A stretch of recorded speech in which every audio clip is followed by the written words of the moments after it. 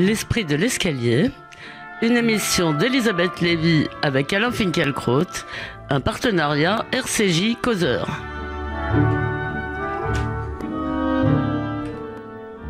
Bonjour à tous, bonjour Alain Finkielkraut. Bonjour. Vous vous êtes souvent attristé, ici même, que la France ne fût plus une patrie littéraire. Peut-être a-t-elle de beaux restes, cependant. En effet, il n'est guère d'autres pays où le banc et l'arrière-ban des lettres, des médias et de la politique s'écharpent avec une telle férocité sur la postérité de ces écrivains et autres gens de plume.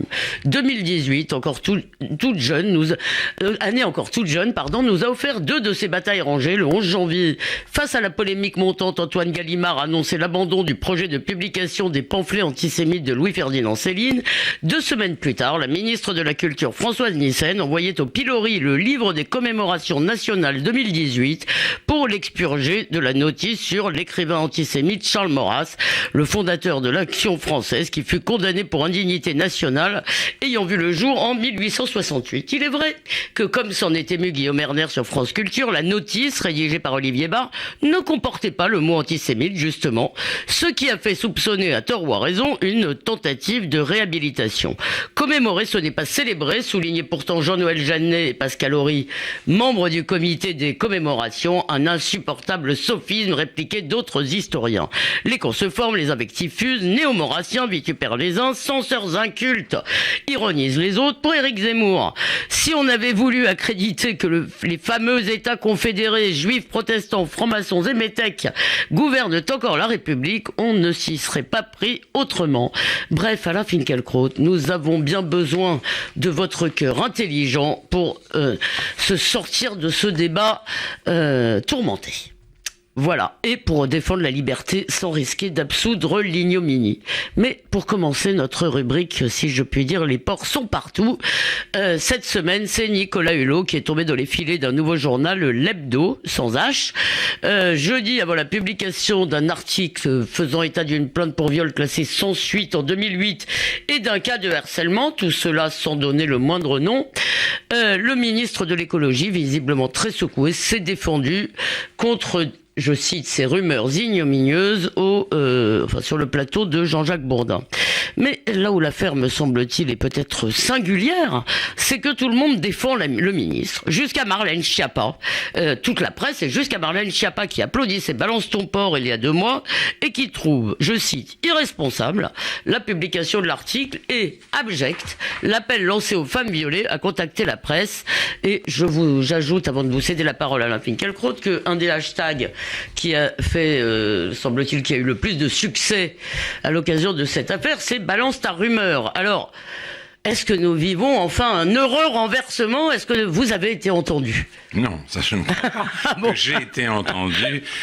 Je ne m'ai fait pas trop d'illusions sur mon pouvoir d'influence. Mais il faut commencer par la presse et la recherche effrénée du scoop, c'est-à-dire en bon français, de la révélation fracassante. Hebdo est un nouveau magazine qui doit jouer des coudes pour se faire une place dans un marché déjà saturé. Il a donc un besoin vital d'attirer l'attention.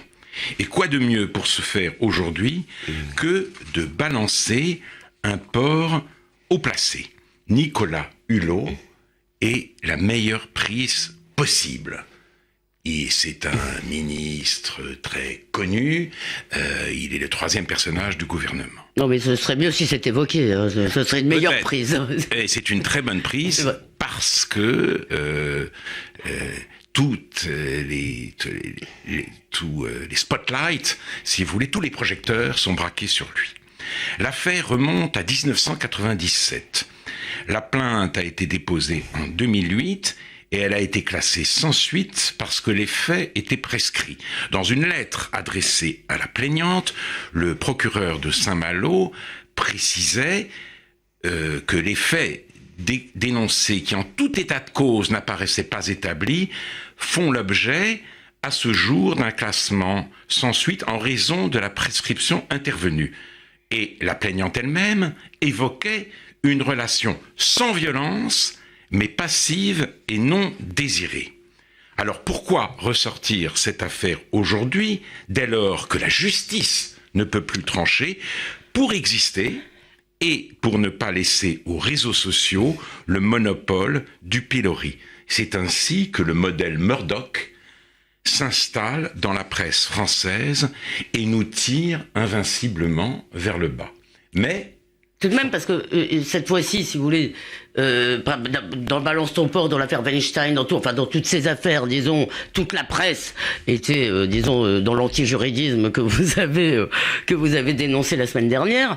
Et là, Hebdo était seul. Hebdo était seul. Pas tout à fait, parce que je crois que Mediapart appelle à la démission de Nicolas Hulot, mais Nicolas Hulot, en effet, a été soutenu beaucoup plus, par exemple, que Gérald Darmanin, qui lui-même est l'objet d'une plainte, disons, assez suspecte, ou qui peut laisser sceptique. Mais vous avez raison, des journalistes ont réagi, notamment Hervé Gattegno, qui écrit aujourd'hui dans le Journal du Dimanche, en se basant sur des déclarations qu'ils savent invérifiables, les procureurs autodésignés placent leur cible dans une situation kafkaïenne. Leur culpabilité n'est pas démontrée, mais leur innocence ne l'est pas non plus. Il restera toujours le soupçon.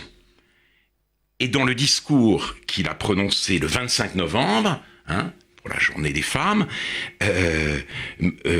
quand la campagne Balance ton port et MeToo battait son plein, le président de la République a dit qu'il ne voulait pas d'une société de la délation. Mais en même temps, il s'est félicité de la libération de la parole sur les réseaux sociaux, il a encouragé le mouvement, il s'en est même voulu le porte-parole.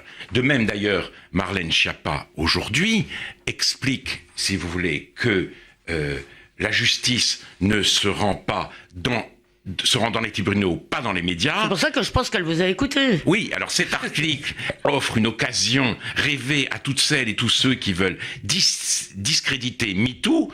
Autrement dit, si je la suis bien, il est légitime et même souhaitable de rendre la justice sur les réseaux sociaux, mais pas dans la presse. Donc voilà.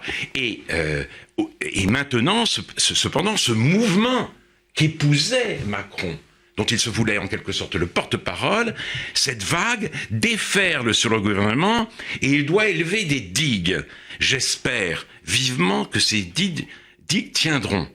Mais quand j'entends les néo-féministes dire que les excès éventuels de ce mouvement ne doivent pas faire oublier son sens émancipateur et les progrès qu'il est en train de réaliser, je pense à la terrible formule révolutionnaire: on ne fait pas d'omelette sans casser des œufs. Et au magnifique article... Voilà, vous avez cité hier un article de Hannah Arendt. Eggs speak up, les œufs se rebiffent.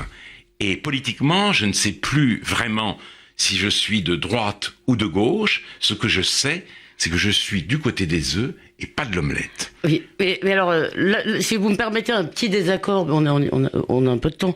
Vous dites que Nicolas Hulot, c'était le coupable idéal. En fait, je me demande, si vous voulez, s'il y a une sorte de coup d'arrêt, parce que la raison commence à prévaloir et qu'on se rend compte quand même que tout ça va très loin, et je rappelle encore l'émission de la semaine dernière, ou si précisément Hulot, ça n'est pas le bon coupable, parce qu'il est très populaire, il est de gauche, enfin il n'est pas franchement de gauche, mais il est écolo, ça veut dire de gauche pour eux.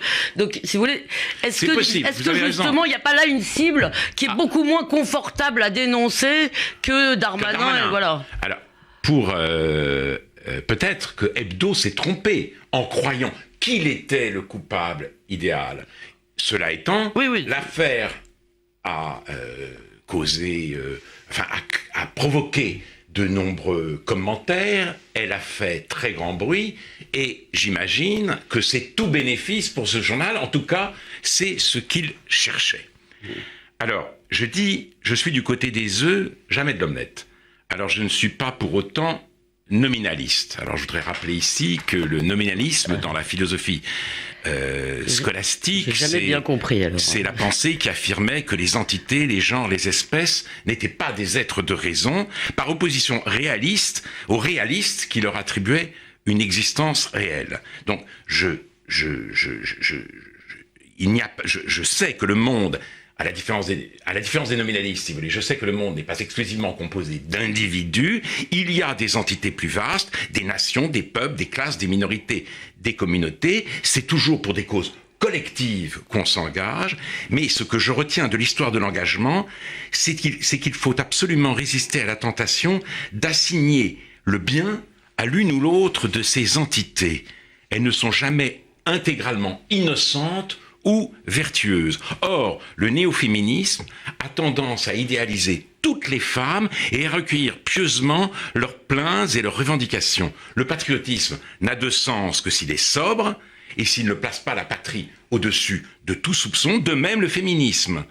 Il faut, dans la situation actuelle, tenir compte des différences de conditions sociales, distinguer aussi un texto aigriard d'une violence physique, et enfin, vouloir en tout cas, trier le bon grain de l'ivraie. Les femmes sont capables de vengeance et de dénonciation calomnieuse. Le règlement de compte ni la manipulation ne sont des spécificités masculines. Et d'ailleurs, la rivalité entre femmes est quand même généralement beaucoup plus violente, si vous voulez, beaucoup plus dure que la rivalité entre hommes. Hein. Peut-être. Elle s'exprime de façon souvent. Elle peut s'exprimer de manière très dure. En tout cas, je dirais solennellement... Il peut y avoir des femmes chippies, disons. Voilà. Il n'y a de Dieu que Dieu. Si Dieu n'existe pas, sa place doit demeurer vide. La remplir par une totalité, quelle qu'elle soit, c'est tomber dans l'idolâtrie, et l'idolâtrie peut faire des ravages. Les néo-féministes, pour le dire autrement, évoquent irrésistiblement les islamistes, pour qui les hommes musulmans sont tous des frères et les femmes toutes des sœurs. Il y a de beaux moments de fraternité dans l'histoire, mais vouloir pérenniser ces moments, c'est exposer les hommes et les femmes à de grands périls. Le fraternisme et le sororisme me font dresser des cheveux sur la tête. Ah oui, c'est intéressant ce lien que vous faites. Je ne suis pas sûr vous auriez dû le dire à Geneviève Fraisse hier. Oui. Et j'en profite pour inviter les auditeurs à écouter le réplique d'hier. C'était entre Geneviève Fraisse et Peggy Sast, voilà. Et c'était sur les paroles des femmes. Voilà. Et c'était vraiment très intéressant. Peut-être juste une question avant de passer à Maurras. Est-ce que malgré tout, vous ne pensez pas qu'il y a là comme un coup d'arrêt ? Est-ce que l'affaire Hulot ne peut pas être, si vous voulez, le moment où quand même tout le monde descend, tout le monde revient un peu plus de raison, et justement cette confusion que vous dénoncez, vous n'êtes plus le seul. Il me semble que c'est possible. Nous verrons bien. D'un autre côté, j'ai entendu Juliette Méadel, une ancienne ministre socialiste, dire que oui, s'il y avait des choses embêtantes, mais ce mouvement était absolument merveilleux. Donc c'est peut-être un coup d'arrêt, mais le temps de l'autocritique, en tout cas, n'est pas venu. Ah non. Très bien. Nous allons en venir donc à Charles Maurras, né en 1868, directeur de l'Action française. Je l'ai dit, il a été condamné en 1945 pour indignité nationale après avoir soutenu le régime de Vichy. Et disons que son nom est associé à l'antisémitisme français du début du siècle de façon à peu près constante, mais il est vrai qu'il n'était pas exterminationniste, et d'ailleurs, à part Céline peut-être, seuls des écrivains en réalité ont été exterminationnistes. Je pense que c'était le cas de Céline, de Rebattet. Voilà. Et aussi de Brasillac. Oui, je vous dis, des écrivains n'ont été pas très loin en tous les cas. Mais pas Maurras, c'est vrai. Mais pas Maurras, il faut le dire. Donc, j'ai un peu évoqué la querelle au début de l'émission, donc à la Finkielkraut, est-ce que vous approuvez la décision de la ministre ? Alors je remonterai à 2011. Oui. Parce que à cette date, le nom de Céline, c'était le cinquantenaire de sa mort, figurait sur la liste établie par le Haut Comité des célébrations nationales.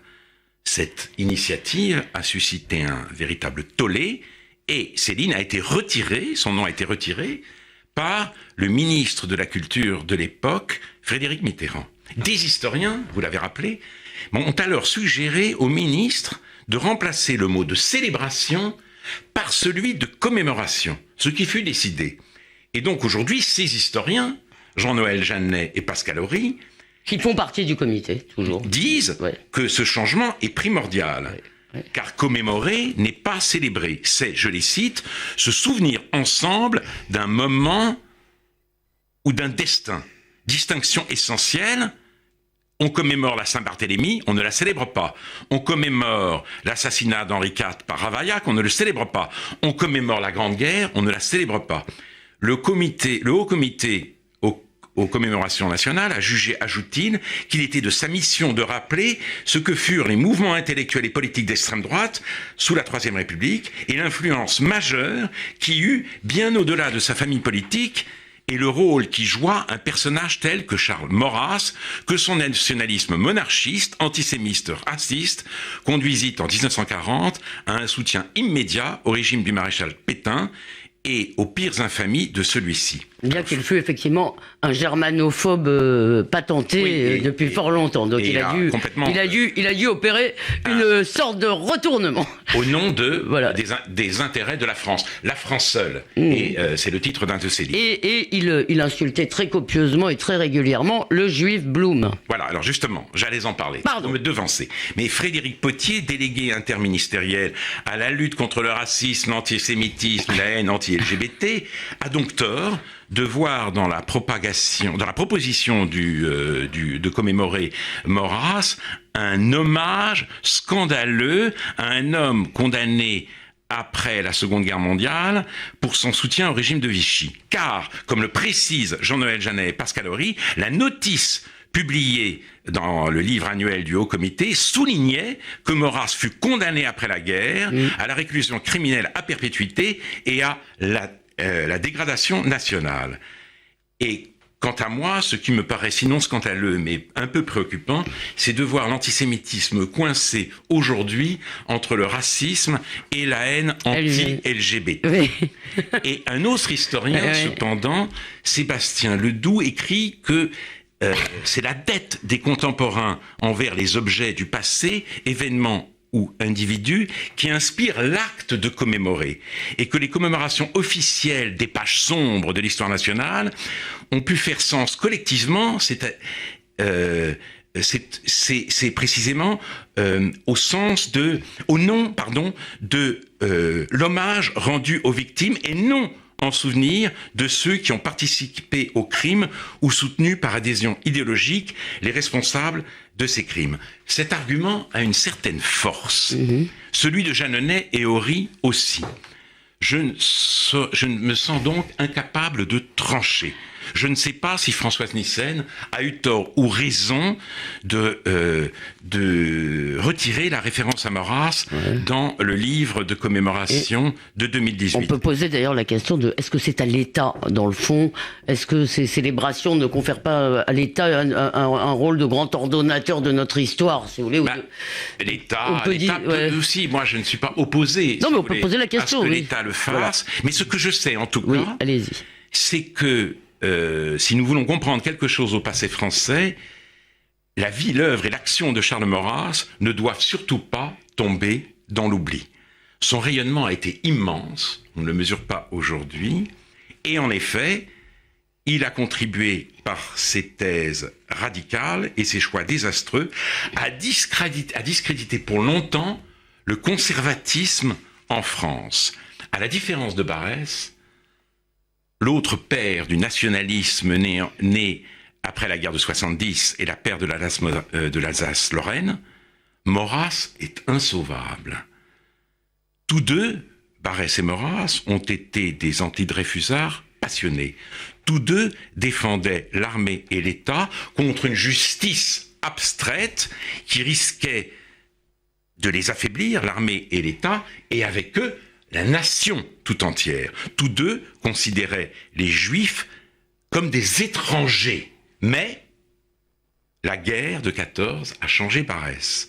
Dans les familles spirituelles de la France, il a écrit une grande affaire d'Israël dans son éternelle pérégrination, c'est de se choisir une patrie.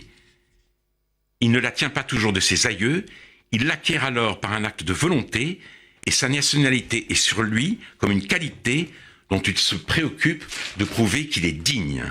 Et Barrès conclut en ces termes: Un long cortège d'exemples vient de nous montrer Israël, qui s'applique dans cette guerre, à prouver sa gratitude envers la France. Ça date de quand, ça, pardon ? 1917. De degré en degré, nous nous sommes élevés. Ici, la fraternité trouve spontanément son geste parfait.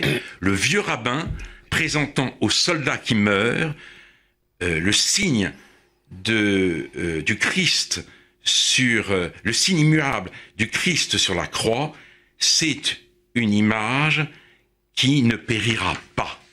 Alors que Barès ait eu besoin de ce geste du rabbin présentant un crucifix à un soldat qui meurt et du tribut du sang pour donner une place aux Juifs, on peut le regretter. Reste qu'on ne trouve rien de tel chez Maurras. Vous l'avez dit, quand Léon Blum accède au pouvoir, il émet le vœu qu'il soit tué d'une balle dans le dos et il le traite de vieux chameau sémitique. Après la divine surprise de l'arrivée au pouvoir du maréchal Pétain, il applaudit le statut des Juifs d'octobre 1940 au nom du droit absolu de faire nos conditions aux nomades que nous recevons sous nos toits. Avec lui, l'antisémitisme accède au rang d'idéologie, c'est-à-dire non plus seulement de préjugés, mais de principes explicatifs de l'histoire. Tout paraît impossible ou affreusement difficile sans cette providence de l'antisémitisme. Par elle, tout s'arrange, s'aplanit et se simplifie. Si l'on était antisémite par volonté patriotique, on le deviendrait par simple sentiment de l'opportunité. Le juif, j'ai fini la citation, symbolise l'antination. Il est le négatif, le cosmopolite contre qui le sentiment national peut se déterminer et se fortifier. Mais, sur RCJ, ne soyons pas trop gourmands. Laissons-en pour les autres. Le juif n'est pas la seule figure de l'ennemi pour Maurras. La République, selon lui, livre le patrimoine national à une véritable entreprise de colonisation. Le pouvoir réel est passé entre la main, vous y avez fait allusion, de quatre États complices et tous émanant de l'étranger, les États juifs, métèques, maçons et protestants. Métèques, c'est tout ce qui est tous les étrangers. C'est tous les étrangers, oui, d'accord. Voilà. Donc juifs, métèques, maçons et protestants, ce sont les 4 États confédérés selon Maurras. Rien de Maurras n'a survécu aux années noires. Mais depuis Maurras, un soupçon pèse sur l'idée même de préservation du patrimoine national. Et quand Mathieu Bocoté, par exemple, écrit que notre temps est traversé par une grande peur, celle de devenir étranger chez soi, on lui jette immédiatement Maurras à la figure. Citation, « Il s'agit de savoir si nous sommes chez nous en France ou si nous n'y sommes plus, si notre sol nous appartient ou si nous allons perdre avec lui notre fer, notre houille et notre pain. Si avec les champs et les mers, les canaux et les fleuves, nous allons aliéner les habitations de nos pères, depuis les monuments où se glorifie la cité, jusqu'aux humbles maisons de nos particuliers. Devant un cas de cette taille, il est ridicule de se demander si la France renonce aux traditions hospitalières d'un grand peuple civilisé. Avant d'hospitaliser, il faut être. Maurras est aujourd'hui le repoussoir providentiel, j'utilise à nouveau ce terme, du progressisme mondialisé qui ne veut pas voir dans le monde des peuples, mais des populations interchangeables. Et c'est ainsi que l'antisémitisme prospère et que la France se disloque à l'abri de la vigilance anti-maurassienne. Tout compte fait, ce n'est pas le retour de l'idéologie de l'Action française qui est à craindre par le biais de la commémoration. C'est, commémoration ou pas, la mise en accusation pour maurassisme d'une stupeur et d'une douleur qui ne méritent pas cette indignité. Et qui a d'ailleurs été de nouveau refaite, qui vous est parfois adressée, mais qui est très souvent adressée à Éric Zemmour, qui vient d'ailleurs encore d'attirer certainement ce genre d'insultes. Moi aussi, je me souviens du livre d'Edoui Plenel pour les musulmans, mais aussi d'un livre, d'un petit ouvrage, d'un libelle de 2 sociologues, Luc Boltanski et Arnaud Esquer, qui disent que nous revivons aujourd'hui le nationalisme intégral et que il me nomme pas, mais il me désigne comme le principal représentant du maurassisme en France. Bon, alors vous en êtes, mais première chose, tout d'abord quand même l'oubli du mot antisémite dans la notice est tout de même un peu curieux. Et quand Olivier Dard a été interrogé, par Guillaume Erner, il lui a dit « Eh bien oui, j'ai oublié ». C'est quand même l'éléphant dans la pièce, là, un peu. C'est d'autant plus étrange que j'ai invité Olivier Dard il y a quelques années pour une émission sur Maurras. Il lui a consacré un livre très intéressant. Et dans ce livre-là, il n'oublie pas. Mais en même temps, en effet... dans la notice, c'est oublié. Mais simplement... C'est très dommage. Je voulais peut-être juste vous proposer une dernière remarque. C'est que Maurras nous permet en fait de distinguer de l'antisémitisme, nous permet de répondre à l'idée que les musulmans seraient les juifs d'aujourd'hui. Parce qu'en réalité, Maurras dit aux juifs, vous ne pouvez pas être français. Or... généralement, les inquiets de l'islam demandent aux musulmans de l'être plus. Peut-être ont-ils tort, mais... Vous avez tout à fait raison. Et d'ailleurs, c'est là qu'intervient la principale distinction entre Maurras et Barrès. Barrès, comme l'a montré Gersternet dans le livre qu'il lui a consacré, cédait, au moment de l'affaire Dreyfus, aux thèses racistes que récusait alors Maurras. Mais Barrès a surmonté son racisme au vu de ce qui s'est passé dans la Première Guerre mondiale. Maurras s'est enfoncé dans un antisémitisme et il ne cessait de dénoncer justement le nomadisme juif. Les juifs ne peuvent pas, et d'ailleurs il y a ce que Sartre remarque, il y a l'idée que effectivement un critique juif peut très très bien commenter Racine, mais il y a un vers de Bérénice, j'ai oublié lequel. Et dans l'Orient désert, quel devint mon ennui. Non, ce n'est pas celui-là. Ouais. Il y a un vers de Racine qu'il ne peut jamais comprendre, qu'il ne peut jamais posséder. Donc, il dresse une barrière, en effet, une barrière infranchissable entre les Juifs et les Français, ce que ne fait pas évidemment la République française, ni ceux qui sont inquiets de l'islamisme aujourd'hui et qui se demandent si l'islam peut s'intégrer. C'est une toute autre question. Voilà, merci Alain de cette conclusion. Malheureusement, alors là je regrette vraiment que l'émission ne dure pas plus car j'avais une foule de questions, mais peut-être reviendrons-nous un jour sur cette affaire Maurras et Barrès. Merci Alain Finkielkraut d'être toujours sur le qui-vive. D'ici dimanche prochain, on peut vous lire dans Causeur et réécouter cette émission sur causeur.fr et radio-rcj.info. Bonne semaine à vous cher Alain et bonne semaine à vous chers auditeurs.